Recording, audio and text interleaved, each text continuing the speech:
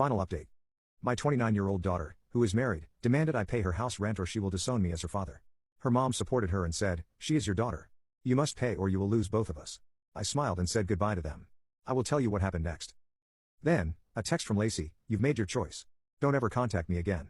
I stared at it for a long while. My finger hovered over the keyboard. For a split second, I thought of responding, explaining, maybe even apologizing, not for the decision, but for the pain. But I didn't.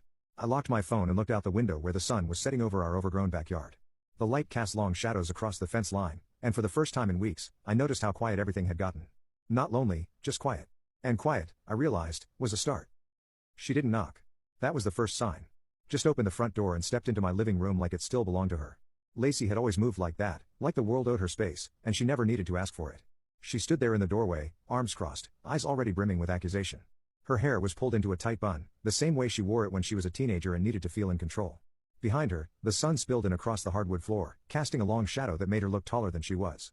She didn't say hello. "You really served Mom divorce papers over this?" she asked, her voice shaking with restrained fury. I looked up from my book and set it down slowly. I didn't stand. I didn't offer her a drink. I wasn't playing host. Not anymore.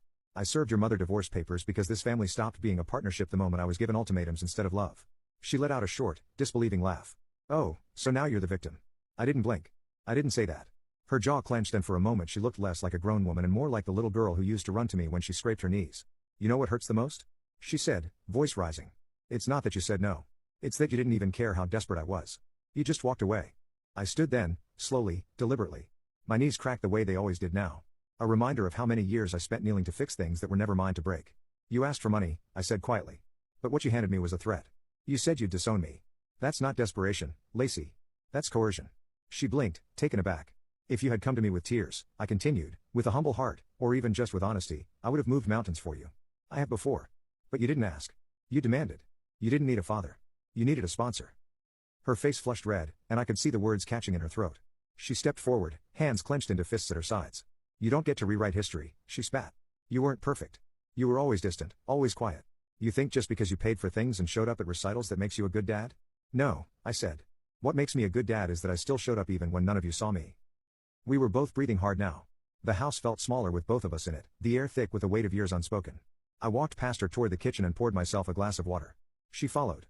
"Mom says you've lost your mind," she said, voice suddenly smaller. I turned. "Your mother lost something too. Respect for me, for the marriage.